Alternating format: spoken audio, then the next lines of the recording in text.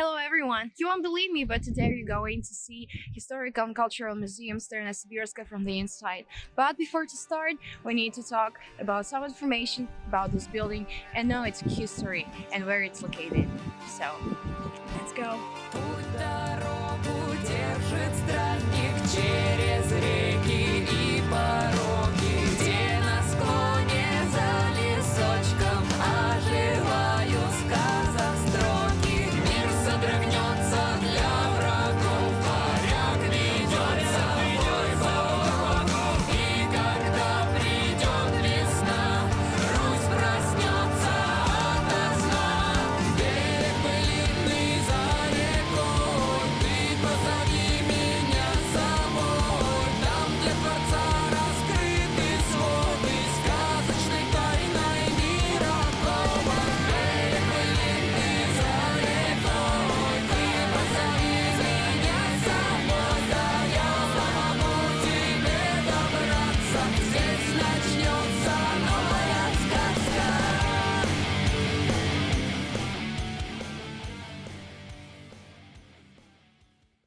Omsk State Historical and Cultural Museum Sibirska is the only museum of living history in Omsk region. We are located in the village of Большеречья, which is 200 kilometers away from the regional center of Omsk. The architectural and ethnographic complex Sibirska, located on the central street of the village. It includes 11 objects, 5 of which are historical and architectural monuments of original significance, the interior of which shows the traditional way of life of different social strata of the old times, merchants, peasants, artisans, and others. The hut of the coachman Kopyov, for example, was transported from the neighboring village of Takmik and is famous for the fact that the famous writer Alexander Radishev stayed there on the way to Siberian exile. Today, we are in the merchant house of Nikolai Yakovlevich Gladkov. This is our industrialist and merchant. Together with his brother Pavel, they owned the brick plant and Malakanka, which is milk processing plant. There were also 4 mills on the farm. 2 of them were wind, water, and steam. Also, the farm was quite good and sound. The Gladkov brothers were also engaged in trade. In particular, a grocery store was located in the house of Nikolai Yakovlevich. Essential goods were sold here, for example, salt, sugar, spices, cereals, flour, and so on. Only kerosene was not sold, because it had a specific smell that the products could be soaked with. The house is a cross. The walls are arranged crosswise in relation to each other, hence the name itself. The house stands on a brick basement. By the way, the brick is also its own production. Every self-respecting merchant had her own zinker sewing machine. For the first time, such machines appeared in States, and then branches of their production spread all over the world, even in Russia. The Podolsk plant produced the zinker until Soviet times. It's worth noticing that the merchants weren't engaged in tailoring. For this purpose, millionaires were invited, who sewed dressers according to Da Vinci standards.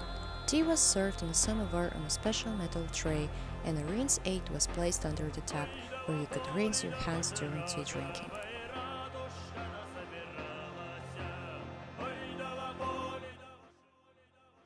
Hello, I'm glad to see you in a typical village forge. And now I will tell you about it. In front of you are blacksmith's bellows. They consist of 2 chambers. The lower chamber is used for air intake and the upper chamber is used for air supply. In order for the bellows to work, you need a rope that was tied a wooden pole, which was called a yoke. Now I will show you clearly of principle of working. Pumping the bellows, the air enters the forge, eternal furnace. We need a temperature from 800 to 1200 degrees. There is a main disadvantage of working on bellows. To heat one thing, you need to work within from 30 to 40 minutes without a brick. Well, next to me is an anvil, a blacksmith's desk. It weighs about 100 kilograms. The main tools for work are a hammer, a sledgehammer, forceps or claws to take metal from the forge, as well as a chisel, and this is called a fork. This helps, it's very comfortable to bend horseshoes. Here on the wall you can see what can be done in the village forges. The horseshoe was always and everywhere in the village. The stirrup, where they put their foot when they're sitting on the horse. Sickles for harvesting. A blank for a knife. And the sechka is a metal hatchet, which was used to chop vegetables, meat and tobacco.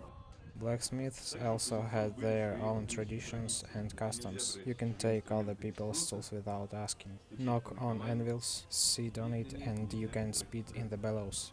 Also, the old forges never had windows. During the work, the door was closed. The light came only from the forge, and the forge could determine its temperature by the color of the metal. Also, there was another way to check it. The temperature was measured with the beard. The workpiece was brought to the beard, and if the hair began to twist and crack, then the metal is ready to work.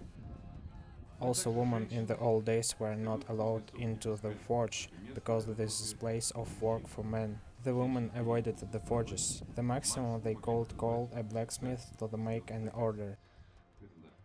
The men gathered here after work to discuss the latest news, to gossip of course.